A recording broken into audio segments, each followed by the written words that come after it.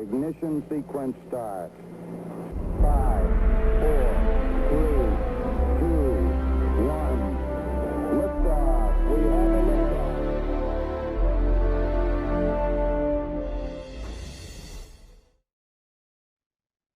Good morning, ladies and gentlemen, and welcome to the Schriever Spacepower series.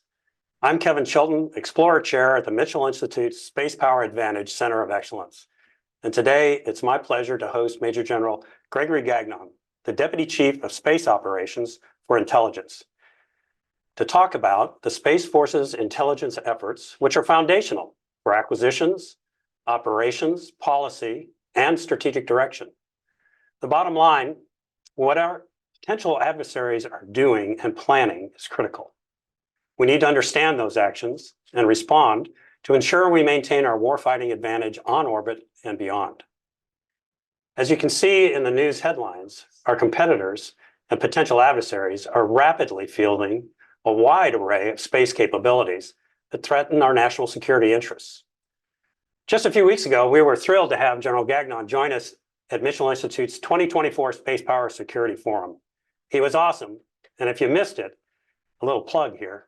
You can find his remarks, plus all the other panel speakers, including General Saltzman and Dr. Plum, on our website. With that, General Gagnon, welcome to the Mitchell Institute. It's great to have you here. Always good to see you and be with you. And before we get into the Q&A section, I'd like to offer you an opportunity to offer some of your thoughts. Well, thank you for having me over here this morning. It's easy to support things in the DC sort of metro area and help spread the word about why it is absolutely critical that our warfighting military service focus on delivering and gaining space superiority, not only for our joint partners, but for the whole coalition. One underlying principle for us is that we seek to reinforce international norms that have helped our boat rise in America, but many boats around the world. And it's important to understand that space is part of that deterrent force for America and for freedom-loving countries around the world.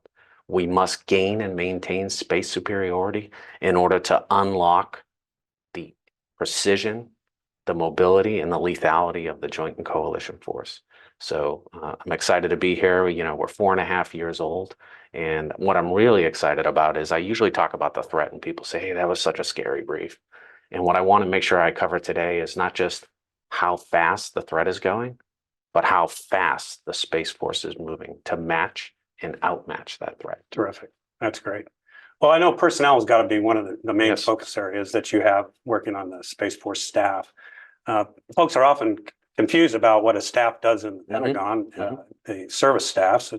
It's quite simply organize, train, and equip is your major focus area. And my first question has to do with an old observation I had. It's almost 2 decades old now. When I was at Air Force Space Command, I remember visiting my A2 intel shop at the time, and I was a bit surprised to find out that none of the uniformed officers in my intelligence shop had ever been assigned to a space unit before, and that their follow-on was not going to be to a space unit. So in those days, the Air Force intelligence community policy was, in general, that one tour at Air Force Space Command was enough. You checked that square and moved on. And nor did I find their education in the realm of space particularly solid. I think, you know, and to be fair, in 2006 and 2007, although we could see rumblings on the horizon, space was still considered by our policymakers as a peaceful domain. So there was no push to change that. Now that it's a warfighting domain, what is your focus on training the intel officers of the future that I was so blessed to have when I was a young fighter pilot for the Space Force going forward? Yeah, that's a great question. And I will tell you that that is a major focus of what I do as the career field manager for intelligence officers and enlisted inside the force. For the larger audience, let me just go big to small. The Space Force is 1/2 of 1% of the uniformed military in the Department of Defense. We're the smallest service, but because we're the smallest service, we have to fight above our weight. In the other services, I grew up sort of in the same combat Air Force you grew up in, right? My first assignment was Kunsan Air Base with F-16s with General Lauterbach when we were lieutenants. But in those 30 years since then, right, the world has changed. We've established a space force. We have to fight for space superiority. So we have to build new training, new education to build new humans who can win in that domain. And we've moved out on that in the last 2 years within the Space Force. In the Space Force, in the uniform part of the Space Force, 14% of the force is intelligence professionals. Okay. How does that compare to other services, would you say? The Air Force is 6%. Okay. The Army, 6.3%. So you have a higher proportion of uniformed people who do intelligence in the Space Force. But let me add a few other statistics that are important. In the Space Force, the person to SCI facility ratio is like 1 to 40, because the material we're dealing with, is highly classified often, right? In the Army, that's like 1 to 1,500 soldiers. Okay. So there's a whole different dynamic that takes place with what information you use to understand the adversary and how you build the basic blocking and tackling skills inside your intelligence service. In the intelligence service, similar to the Army, the Navy, and the Air Force, our officer corps is more generalized, and our enlisted corps is hyper specialized. And in our enlisted corps of the Guardian Intelligence Formation, we have some of the smartest enlisted force you could ever meet, both technically brilliant as well as socially aware on geopolitical stands. So that is really our strength. Our strength in Guardian Intelligence is our enlisted corps. And the enlisted to officer ratio inside Guardian Intelligence is about 1 to 4, 1 to 4.5, which is exactly what it was in the Air Force. Okay. So now there's a career path for an intelligence, a second lieutenant intelligence officer who's in the Space Force to actually spend their career in the Space Force in space intelligence. Yeah, we are about to adjust that a little bit. Okay. And adjusting that a little bit is one of General Saltzman's primary objectives, which is called Officer Training Course OTC. In the Marine Corps, when you raise your right hand and you become a second lieutenant, you go to an officer basic course. And for the rest of your time in the Marine Corps, every Marine's a rifleman. Right. So in the Space Force, starting in this fall, we're prototyping this new course where every officer who commissions as a second lieutenant will go through a 1-year course with 4 months of space operations, 4 months of intelligence operations, and 4 months of cyberspace operations. Great. They will then go to an operational unit that executes cyberspace operations, intelligence operations, or space operations. As they approach the end of their first tour, they are then going to be offered the opportunity to further specialize in any of those elements or cross over into those elements. Great. They will also be offered the opportunity to become what's called an acquisition officer or engineer. And in the Air Force, this program existed. It was called OpEx. It's when you could allow an acquirer to do an operational tour before they specialized in acquisition. And what this will buy us is an officer corps that fundamentally understands from their first assignment that the purpose of the service is to gain and maintain space superiority. The second purpose of the service is to use that advantage from space to inform and fuel the joint force to be successful as part of the joint force. That's great.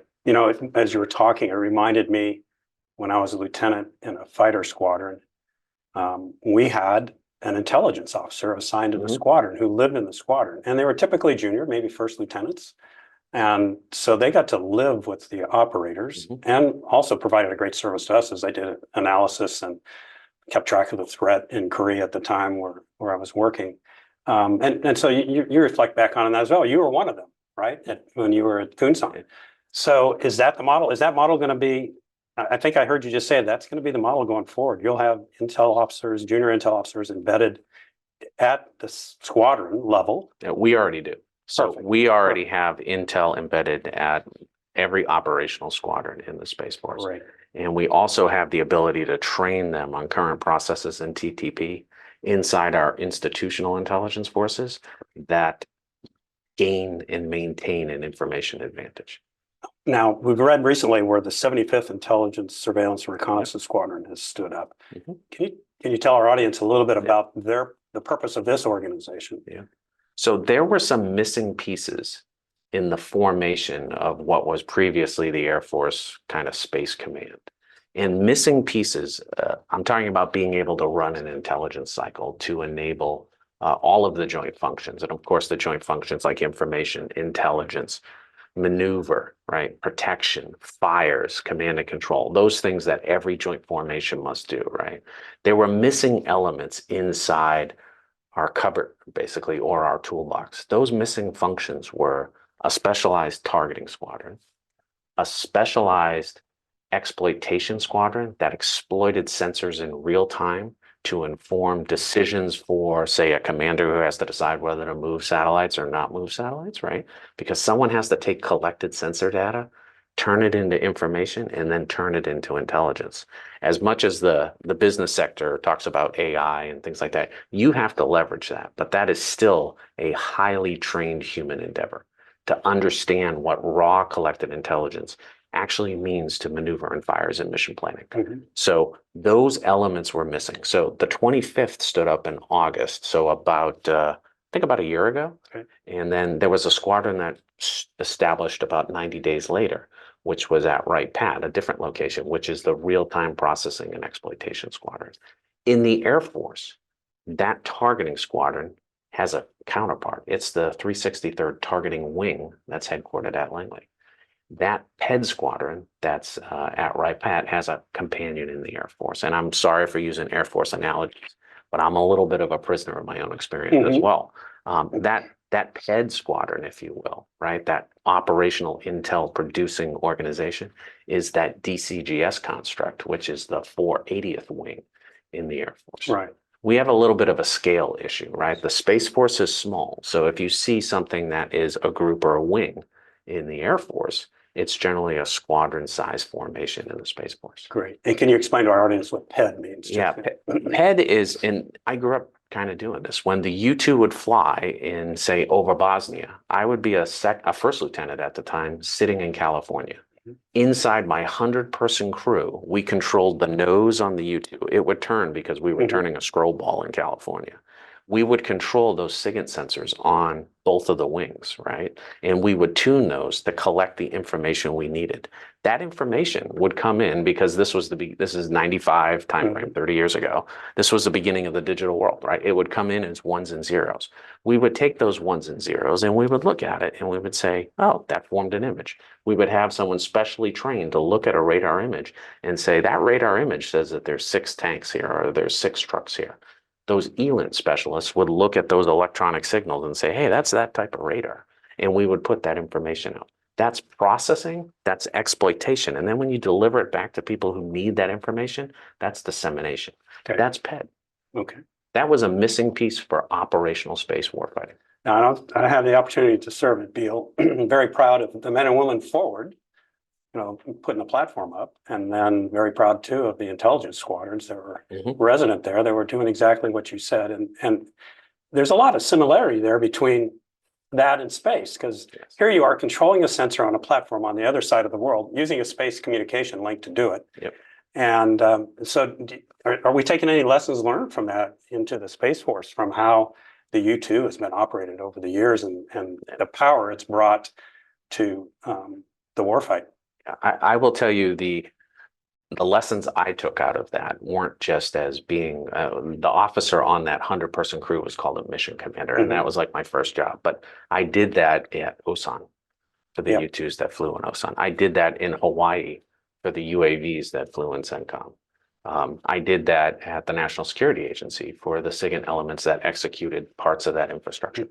The lessons I took from that were lessons that were brought home to me later when I was at Air Combat Command as the A2, as the investment banker who pays for everything, right? So what you have to do is you have to make sure all the systems work together from the beginning.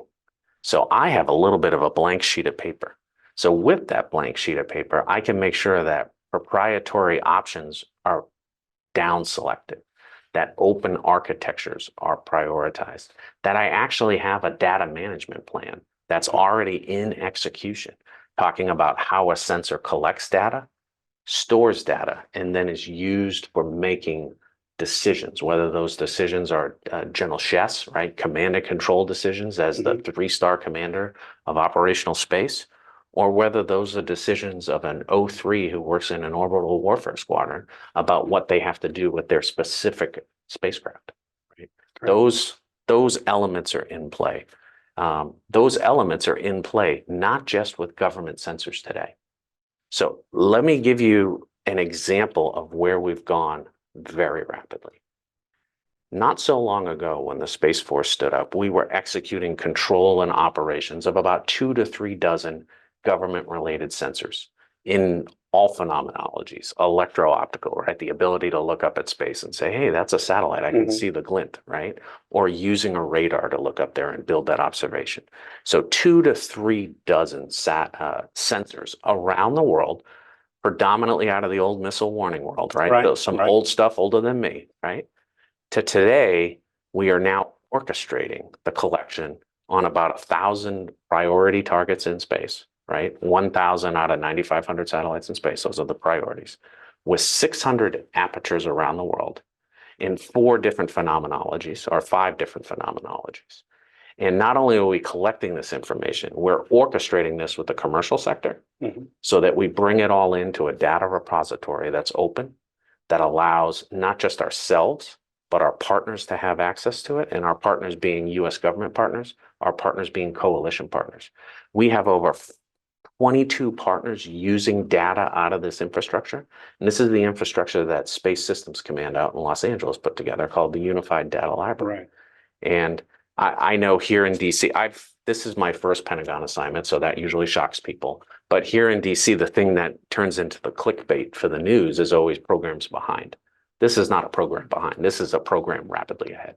We are moving at phenomenal speed. And it's a testament to some of the key people at SSC. That's great. Out in California. Yes, sir. At Space Systems Command. That's great. You know, people talk a lot about AI today. You know, AI doesn't work if you don't have a good data lake to draw from. That's correct. With accurate data. And so that's great. So the UDL is kind of the data lake. It is. For space. That's great. You know, when you were at US Space Command, I know one of General Dickinson's top priorities was to increase space situational awareness. Yep. How's that going? Yeah, that's a great question. Let me use the same 5-year time frame. Okay, so I just kind of walked through a 5-year time frame where I talked about 24 to 36 things around the planet to 600 things around the planet. Okay, when you have access around the planet with your apertures, right, you get overlapping coverage. That's a benefit. You also eliminate gaps. You also increase revisit rates. And all of those, if I told you what those numbers were, in Moscow and Beijing, those pencils would be writing rapidly, right? Because they want to know that, right? But let me give you a metric I can share, okay? Space Force stands up. We're pushing out from the Joint Commercial Office, the JCO, right? We're pushing out from their maneuver alerts about 6 to 7 a month. Hey, we saw something maneuvered. Today, we're putting out, 11,000 a month. A month. So, and this is just our potential adversaries, or is this everybody? This is everybody. Okay. This is actually, I'll be more specific. This is the 1,000 objects that I'm interested in. Okay. So sometimes I want to be looking at my own object to see if anything's going on around it, right? So these are my, if you would use joint terms, I would say my named areas of interest, right? And their objects. Of that 11,000, that's hard for people to kind of understand. So the equivalent to that is, General Chilton, we're in Colorado Springs. You're excited that the Space Force is standing up, and you come to Greg, and Greg says, I'm going to give you an investment in the Space Force. And you say, oh, Greg, I don't know about that. But, you know, we're at Red Leg Brewery, and you buy in, right? And you say, I'm going to give you $1,000, Greg. And I say, okay, I'll take your $1,000. Today, as I'm talking to you, I'm giving you back $1.8 million. In benefit. Yeah, that's the build of that rate. Those 6 or 7 maneuver alerts to 11,000 a month. Right. That's the scale. That's profound. That's a great advancement because of our partnership with the commercial sector, our ability to manage the data in a reasonable way into a unified data library. Then what I would tell you is those alerts are being generated by Guardians and by 11 other countries.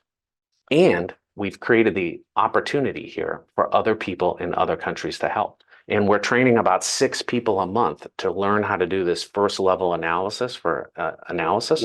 We have 100 people trained now. We'll have 175 in 12 months. They exist on 3 continents. And because they exist on 3 continents, we're gaining 24/7 coverage, exploitation coverage. Right, right. I love it. You know, I think a lot of people think Space Force is just concerned about everything above 100 kilometers. I like to remind folks that terrestrial, terrain on the planet matters to the Space Force. And you described it so well. It matters that you have friends and allies around the world that will allow you to either position our sensors in their terrain, their territory, or share what they collect. And it sounds like that's moving forward very well.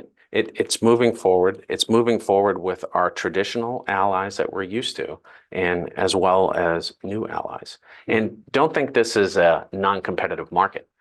The PLA and the CCP are trying to do the same thing. They are approaching countries in South America. They are approaching countries in Africa. And they're saying, hey, we have these great space observation centers that are academic, and we want you to open them up. But what they're really trying to do is solve their coverage gaps in space. Now, the benefit here for the US side is we're bringing together those countries that believe in the rule of law. We're bringing together those countries that have the same values and ideas that we have. And we're giving them a say in the execution of the operation, and then giving them access to even greater data sets. And all of that is a benefit for reinforcing that we are prepared in space to see what malign actors might be doing, so that we can attribute that activity, and then through all elements of power, diplomatic, informational, military, economic, hold them accountable for things that they do that we consider outside of norms or illegal. Which is integrated deterrence. It right? is, sir. Which is, a topic du jour of late, but it, deterrence requires attribution capability. It does. So this is the way you do it, clearly. General Saltzman kind of discusses this in his theory of competitive endurance, and he talks about this as avoiding operational surprise.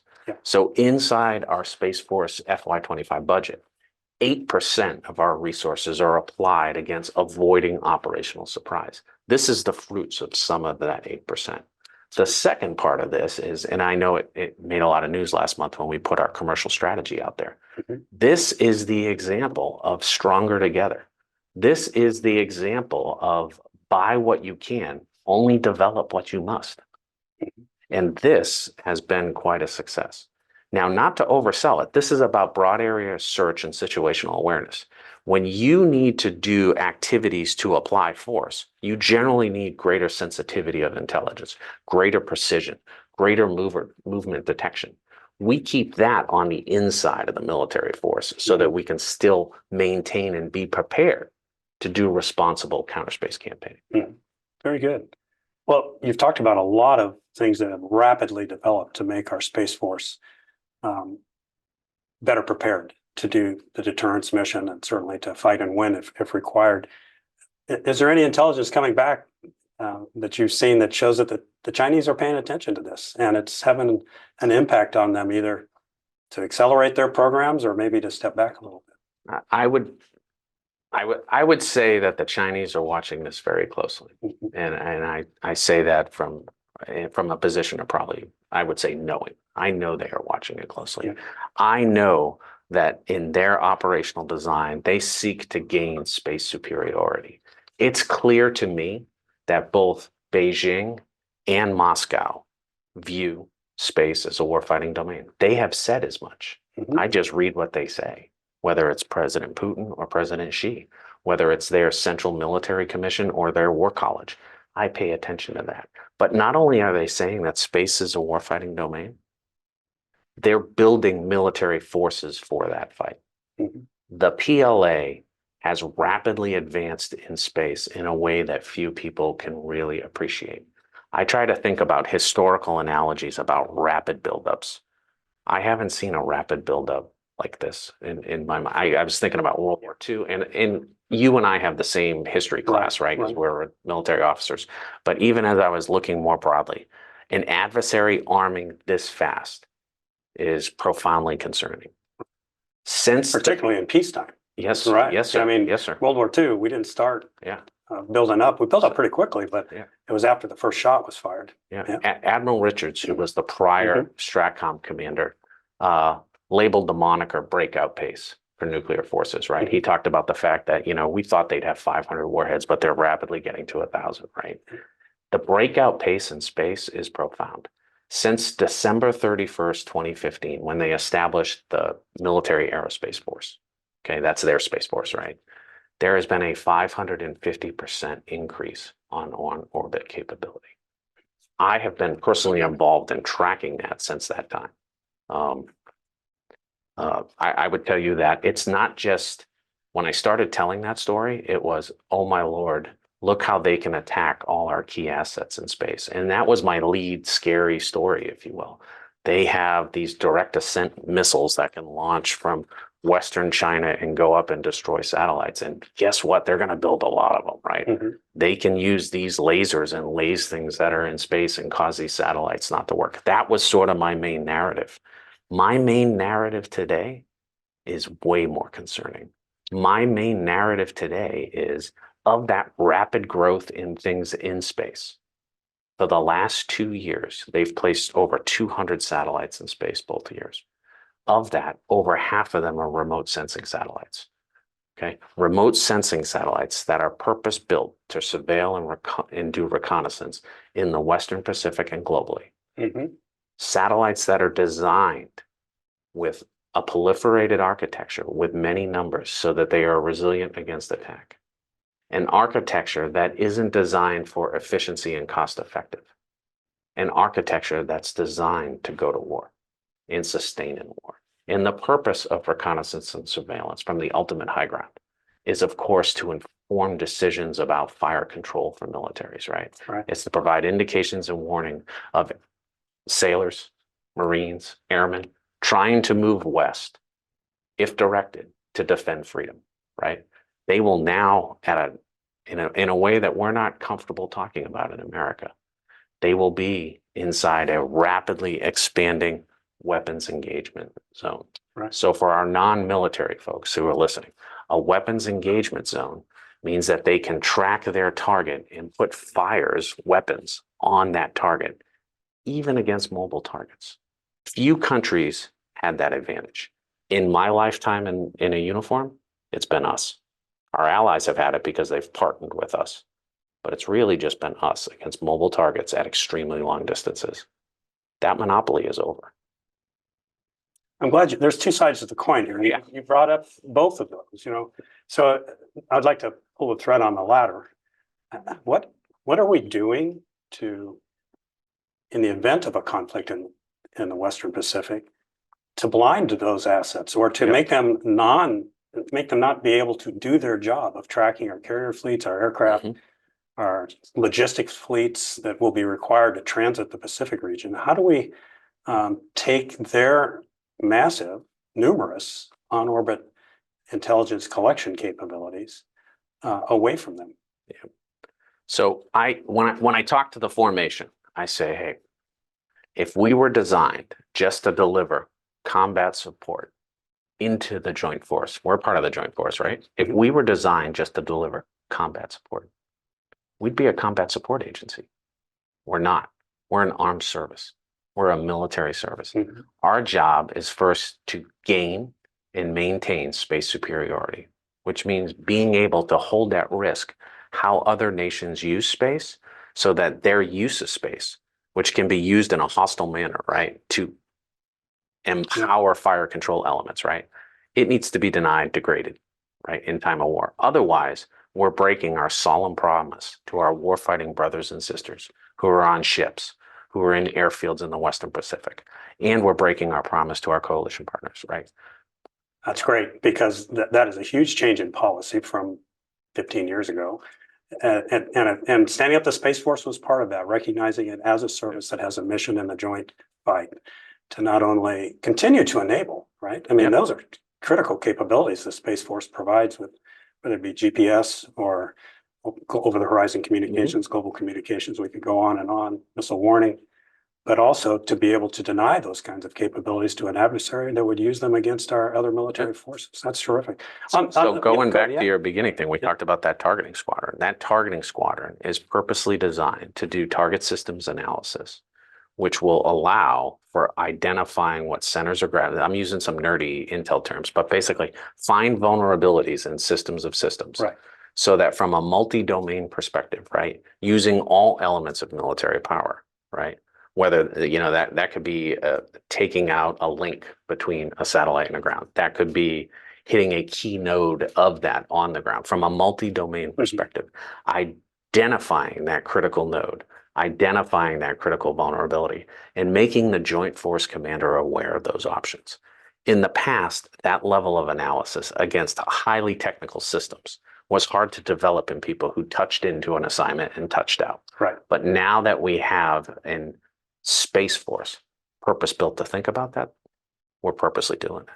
That's great. Well, so the other side of the coin, the enabling side, means you've got to protect the assets that you have up there. And you have multiple threat vectors that I think go beyond what most other combat agencies have to face or services have to face. And that, you know, you can shoot a satellite, as you pointed out, from a land-based missile, a sea-based missile, and airborne. We did that in 1985 with an F-15. We had a satellite. So we've demonstrated this capability. And our adversaries, it sounds like, are fielding those lasers from the ground. But also you have to worry about co-orbital engagements where an adversary satellite comes up and does something nefarious to one of ours. And also cyber, because you're so dependent, your command and control of the space domain is so dependent on the cyber infrastructure. So any thoughts on that you want to share about how you're thinking about the defensive side? Yep. I would tell you that, hey, going back to kind of where I started with having domain awareness, having improved surveillance and reconnaissance of space, I'm seeing significant PLA maneuver and movement in GEO, right? From a set of satellites. One of them. And geosynchronous orbit. Yes, sir. I'm sorry. Yeah, geosynchronous orbit, which is further out and generally stays over its point on Earth as the Earth rotates. So our direct TV comes through a geosynchronous. But that's critical terrain in outer space. It's critical terrain in outer space for a number of reasons that isn't readily understood by people outside of space ops. You want to stay over a certain part of the Earth if you're doing, say, like missile warning, if you're providing communications, if you're doing an alerting function with exquisite electro-optical or radar imagery, like the PLA are doing now. They recently put a radar imager in GEO in August. Must be a big satellite. It is, and it's designed to look at the Western Pacific, even though they say it's about agriculture. The Western Pacific that it's looking at is over the ocean. So, you know, we kind of know what the purpose is. But the point here is we're watching maneuver, we're detecting maneuver, and then we're characterizing maneuver so we can develop pattern of life on key assets that are in orbit. We watched very closely with the success of ExoAnalytics, which is a commercial company wrapped into that larger infrastructure I talked about at the beginning of the SJ-21, which was a satellite that removed a defunct PNT satellite for the Chinese. So we watched that. They've built models. They've put it on their website. It's pretty clear that that satellite that can go and grab a defunct satellite could be used for multiple different purposes, right? Another thing that we're seeing in orbit, and you kind of talked about cyberspace, is the cyberspace layer of what's in orbit. It's widely known about the Biosat attack that Russians executed 48 hours prior to the second invasion of Ukraine. So what I need the American public to intimately understand is that space is a warfighting domain, not because we want it to be, but because our adversaries have made it so. And they have made it so not just with words and not just with deeds. They've done it with continuous funding and the development of armaments that they have put in the field. That are fielded. This is not just concepts. Yes, sir. And I think we've shown incredible restraint, and now we're past that tipping point. I'm glad you talked about radar satellites, because that was going to be my next question. The Joint Stars was a great capability, a radar platform, air-breathing radar platform that can observe ground-moving targets in a theater of operation, has been retired, and the mission is moving to the space domain. Are you confident that we'll be able to deliver timely information to the warfighter in this new deployment? And in and then there's the Title 10, Title 50 debate. Who's going to be in charge of this constellation? In the past, it was the Title 10. There was no discussion about the national intelligence community managing Joint Stars. That was a theater asset. Any thoughts on this going forward? Yeah, I spend a lot of my staff time working this issue, quite frankly. And if I could, I'm going to zoom back to like 2 steps prior to that discussion. So why would the Secretary of the Air Force need to move moving target indicator and battle management systems to the space layer? He would need to do that because our adversaries have built, fielded, and now employ exquisite air defense assets that push our airborne assets back.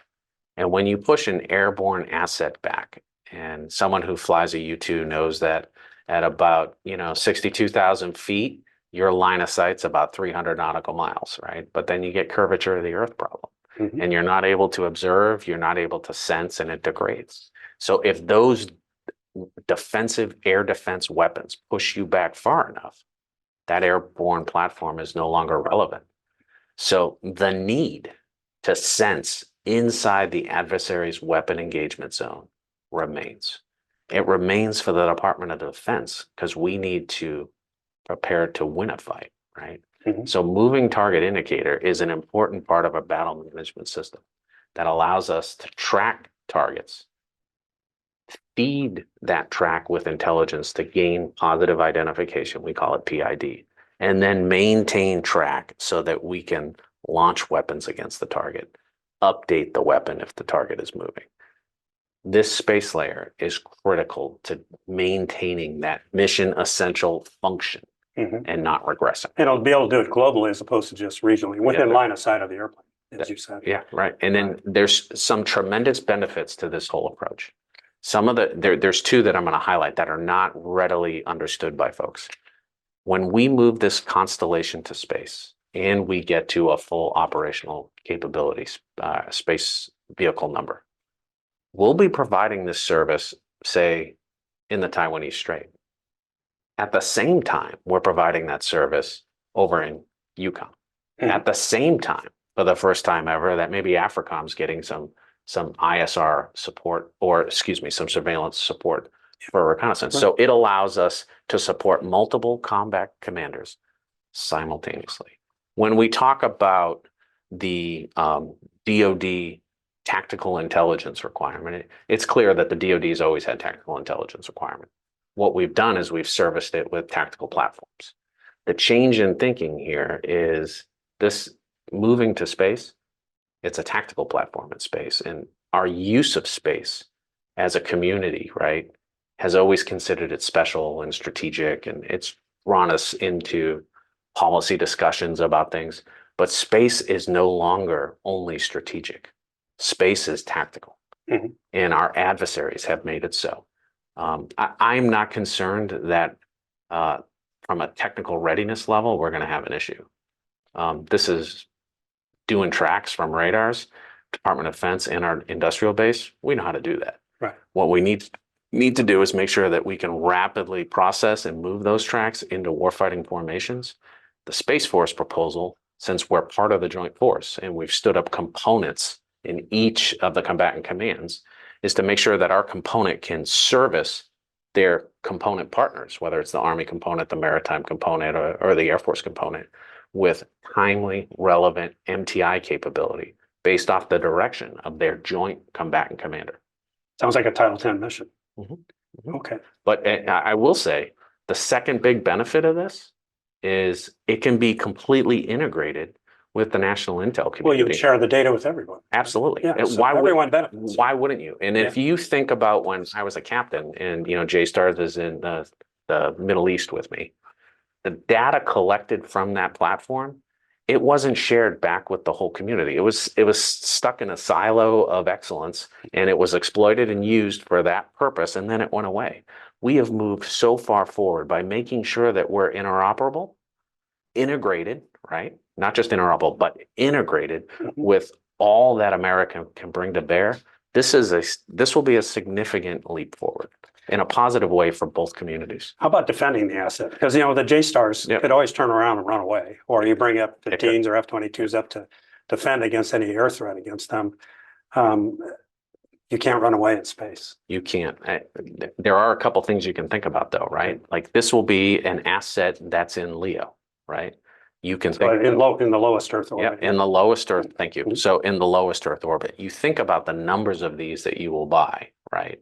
And you think about proliferating this architecture so that it can be difficult to destroy multiple of them, because each one of those missiles that the Chinese would launch, right, super expensive. So the fact that you proliferate your architecture and don't just have like 6 satellites that can do this, but I won't give you the real number, but you can have lots of satellites that do this, it makes it difficult for them to disrupt. It's sort of the model you're seeing in proliferated LEO architectures today.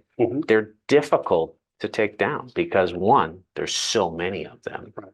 But 2, think about this. If you're lying I'm talking to an astronaut. So now that I'm talking about, things in outer space, it's like trying to brief your professor at grad school. It's a little tough. But like if you're lying in the backyard, right, and you're looking up and something's going over at LEO, it's going over really fast. So you have to be able to know what it is, track it, send that firing solution to a firing element, and get that engagement as it's zipping over you. Because you only have a field of view that's, kind of short. Things in GEO, they sit there, so it makes it easier for you. But so the lower proliferated LEO architecture is going to meet the need. Right. And the key is proliferation. Yes, sir. Just Yes, sir. numbers. Yes, sir. And the other thing is this is one capability in a whole basket of capabilities that are being proliferated down in a very rapid manner that have absolutely changed the calculus if I was the PLA version of me. You mentioned earlier the partnerships with friendly nations and commercial industry that should develop both for space situational awareness, but I would assume it's also for capabilities to collect surveillance and reconnaissance from space. I mean, we have commercial companies that take pictures from space today. That a taboo is we never talked about back in the 80s and the 90s is gone because it's been commercialized. But as you think about one of the important things I would think in the intelligence community is if you're controlling that U2, as you described, you want to be able to task where the sensor looks. And you do that in the air domain. Is the warfighter going to have the appropriate tasking authority for these commercial assets or even Space Force assets that might be fielded to do surveillance like GMTI or reconnaissance from space? Will that tasking authority and prioritization of targeting and use of that resource lie on the Title X side? It will. So it'll be directed by, let's just say it's something we're using, one of the new capabilities that we would be using to help inform terrestrial warfighting as it execute. We would want the geographic combatant commander through their Space Force component commander, right? To kind of put in their request for targeting. If it's something to deliver space superiority, right? The US Spacecom commander, right? Would be the one that would be directing the collection and tasking of that. About the IC part of this. So we all know that the Department of Defense spends about $880 billion a year, right? The last public data, which is usually a year behind, from the DNI herself on her webpage is that about $80 billion is the national intel budget. What I try to tell people is my job as sort of the pivot between the DoD and also as a head of the intel community element for Space Force is how do I leverage that $80 billion to help work towards the needs of Secretary Kendall and General Saltzman, right? How do I help empower the Guardians that are in the field with not just things that were bought with the 880 billion, but also the 80 billion. And then I would give you one other calculus, which is what I've been working on as a general officer now for 4 years. It's building my partnerships with my coalition partners.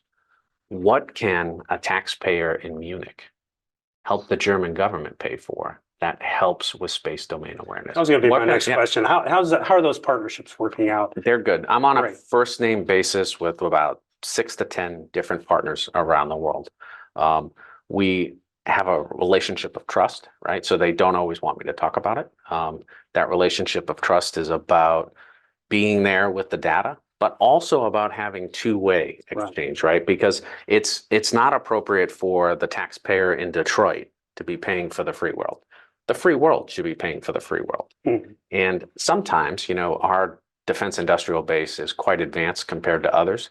But sometimes it's not a one-for-one trade in kind. You know, if I give them an orange, I don't need an orange back. All countries have human services, right? All of them have access. All of them have analysis because they live in a different part of the world with a different perspective. All of those types of products are very valuable as you try to think about what someone else is thinking about. Right. I think we all share a common interest, though, in keeping space a domain that warfare does not break out in. Yes. And so We all agree on those oranges, right? Yeah, well, I'll tell you, there's a common interest that's way more closer to home, and it's about, you know, recognizing international borders and deterring aggression of hostile states and the buy-in about the rule of law, not just domestically, but internationally for solving disputes. It's very clear that there's two camps in the world and how they look at that.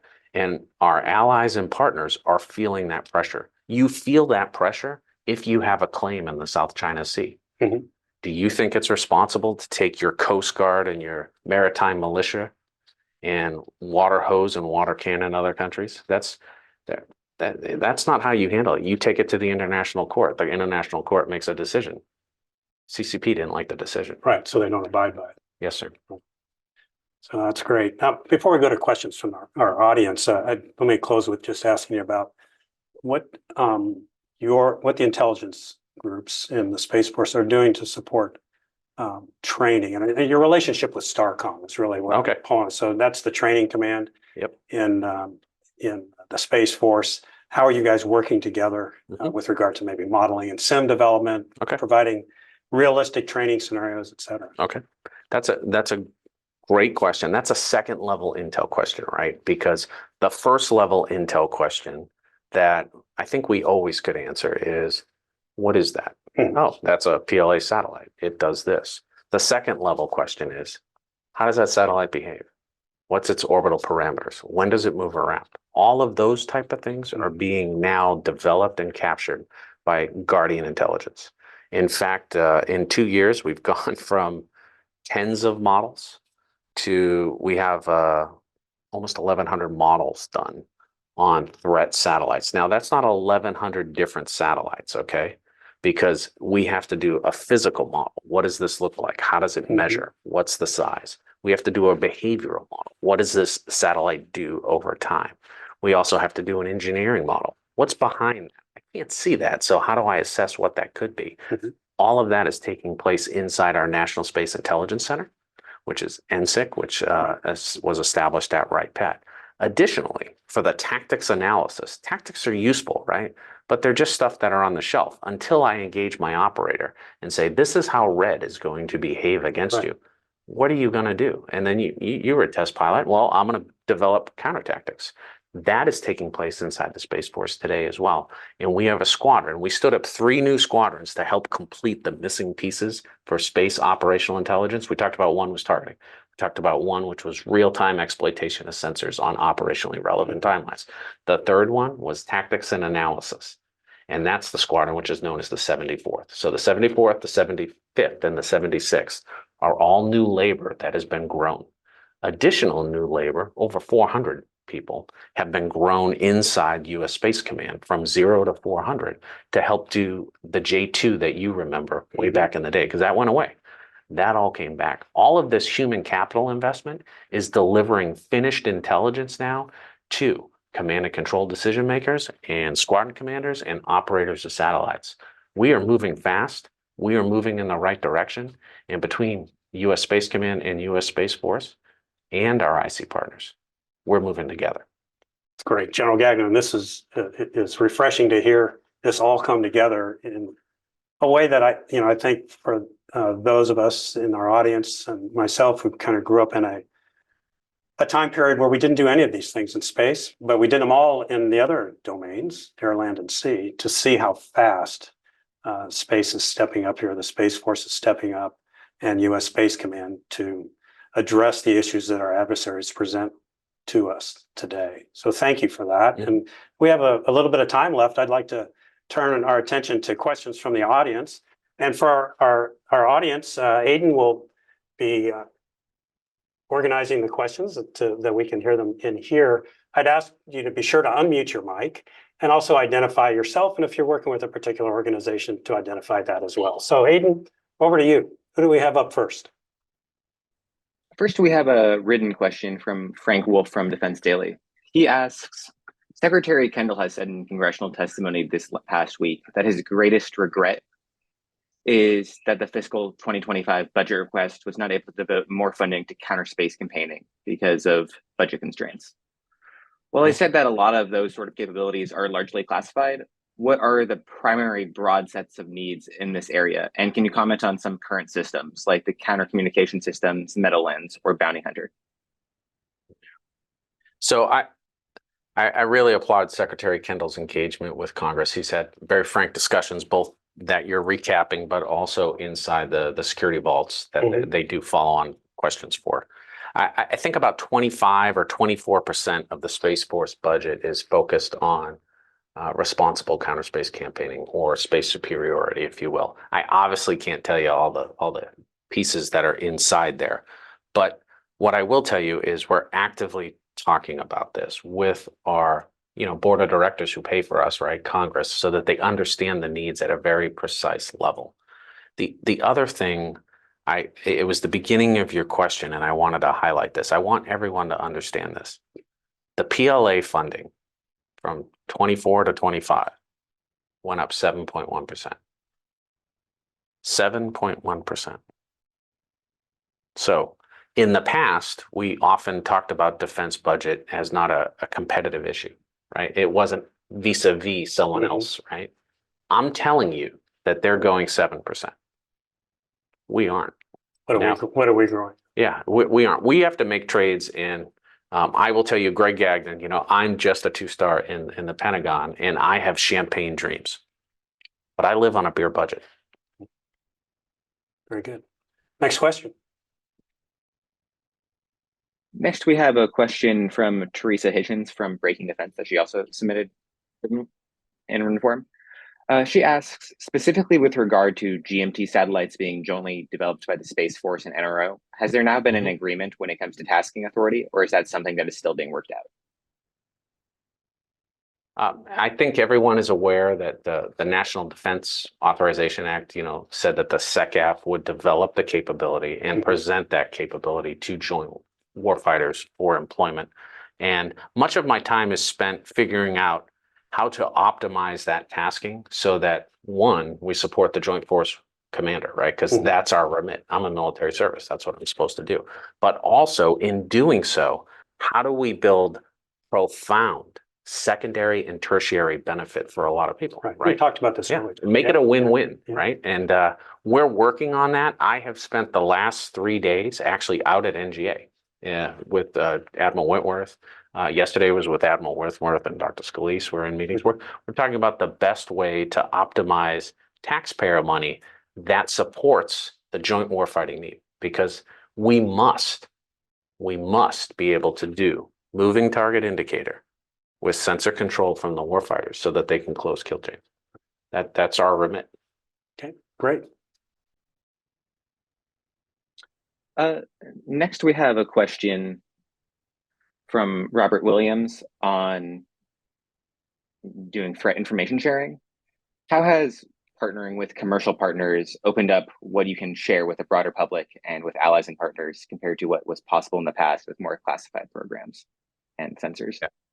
Yeah, it's been significant. It has been significant. I have been on this project, this point of messaging about the threat for 4 years in 2 different jobs. In my last job, I started like a space threat one sheet that I started writing, which was drawn from unclassified material and kind of thought about what I needed to say. Now with the commercial partners I use for commercially acquired information, which is a type of information, CAI, I am able to observe the domain, monitor the domain, identify maneuver in the domain, and talk about that. I can talk about the SJ-21. I can talk about all of the apertures that I'm using from a commercial perspective, if that contract allows that. A lot of this is contract specific. Those contracts and our vendors, sometimes have releasability restrictions because they're trying to segment markets to make profits. What I promise to do is follow the rules of the contract.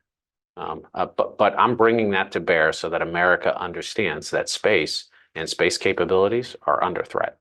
Yeah, well, you know, one of the frustrations I'd heard from some small space companies that were fielding ISR, intelligence, surveillance, reconnaissance assets in space, is that the only contracts they could get were with the NGA. So in that sense, they felt they were frustrated because it's a different mission set that they have. It's national intelligence. It's incredibly important to our national security. But there's a prioritization process of what images are taken, for example, and then there's a long analysis process, and then it comes out. But the warfighter needs things quickly. And I'm sure they're okay with that process in peacetime, but exercising the capability quickly almost seems to suggest that the Space Force should be developing their own capabilities and at the same time contracting directly with some of these companies so that they can get it, the data more quickly. Some of the companies have said, you know, we could get it to you faster if you would just task it and you do your own analysis, your own exploitation of the resource. So they've made the same pitch to us, and we've taken the bite. So let me explain two things. When I talked about, you know, over 600 apertures around the world, what I was talking about was me purchasing commercially available information to help me understand what's going on in the space domain. So it's looking up. That's looking up. Or sometimes in space, looking at space, across, right? I could do both. North Star has a concept for that. That's fantastic. But let me flip the script. Now I'm in space, looking from space of the Earth.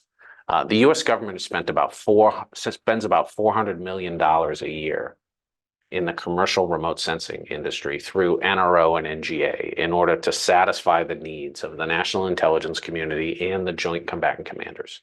That's kind of a deliberate process. The Space Force executed a pilot last year, which was known as Tactical Surveillance, Reconnaissance, and Tracking, TAC-SRT. TAC-SRT has some seed money that has allowed us to build ad hoc rapid contracts that are serviced in a marketplace that SSC runs. And what it allows you to do is if you have a time urgent, right, time dominant requirement, and you need to satisfy it with something you can share with country X, right? You can go to this marketplace, type in your need, and we have taught each of the combatant commanders this, type in their need. And then the contractors that are certified inside this construct, I think there's 35 that are certified now, have 72 hours to get back their proposal. Once that proposal goes back to Lieutenant Colonel Rich or Colonel Rich Nisley, okay, that's your name if you're writing it down and you're a contractor, at SSC, he goes through the marketplace and decides whether there are funds to apply to that. The Space Force has seeded this idea with funds to get it going. And it's about rapidly employing commercial remote sensing to a problem. But we only do it after checking with NGA and NRO to make sure they don't already have a contract commercially that can solve that problem. Because the second thing we want to make sure is we properly use taxpayer money, right? Yeah, you don't want a bidding war between DoD and USDI. Or we don't want to have already paid for that service, right? So we're checking to be a good steward of US taxpayer dollars, but we don't want to lose the dynamicism of our commercial sector. We are focusing not on pixels. We are focusing on commercial services. We want those combatant commanders to talk to you about, hey, I need to know this kind of problem. And then these combatant commanders can use their own checkbook or their own impact card to buy this service, because our vision on this isn't that we're running all the funding, because this is like free chicken. Everybody loves free chicken. Thank you. Next question. We have time for a final question from Michael Buck. Mike, go ahead and talk. Yeah, hi, this is Michael Buck. I'm the space capabilities guy for the Order of Dedalians. And I was wondering, would it be worth revisiting the National Aerospace Plane, or NASP, concept in order to capitalize on the rapid offensive response, flexibility, and defensive capabilities that could be provided by manned vehicles to attack on-orbit, airborne, and ground targets? I'm not familiar with your program, so this was a program. The National Aerospace Plane was, I believe, it was in the late 80s, early 90s. A concept of a takeoff from the ground, accelerate to hypersonic speed, perhaps suborbital, and go anywhere in the world and to either take a picture, collect intelligence, or maybe hold an adversary capability in space or any place else at risk. And so it was going to have beyond Earth atmosphere capability, but it wasn't going way high in space. And it was manned. It was planned to be manned, and using some hypersonic engine technology that had not been developed at the time, but now we're starting to see that technology being fielded with hypersonic cruise missiles. So the engine problem seems to have advanced. I guess the question is, do you see, if I may, Mike, do you see a need for a human element to be involved, on the vehicle as opposed to controlling it remotely like you control U-2? Yeah, I went through the cultural extension of the Air Force as we moved from manned platforms to predominantly unmanned platforms. And at the risk of not making it out of the room, I'd say astronauts are incredibly important, sir, but astronauts are not the solution for things that we need for this particular problem. Yes, sir, because we got to put them in a threat envelope. Yeah. So they're still necessary, though. yes, sir. Thank you. Well, with that, ladies and gentlemen, we've come to the end of the Schriever Spacepower series. And General Gagnon, I can't thank you enough for breaking out of the Pentagon to come over here and spend time with me and with our audience. And I hope the audience enjoyed this very much. It was a great conversation. So to our audience, thanks for dialing in and participating, and wish you all a great Spacepower day.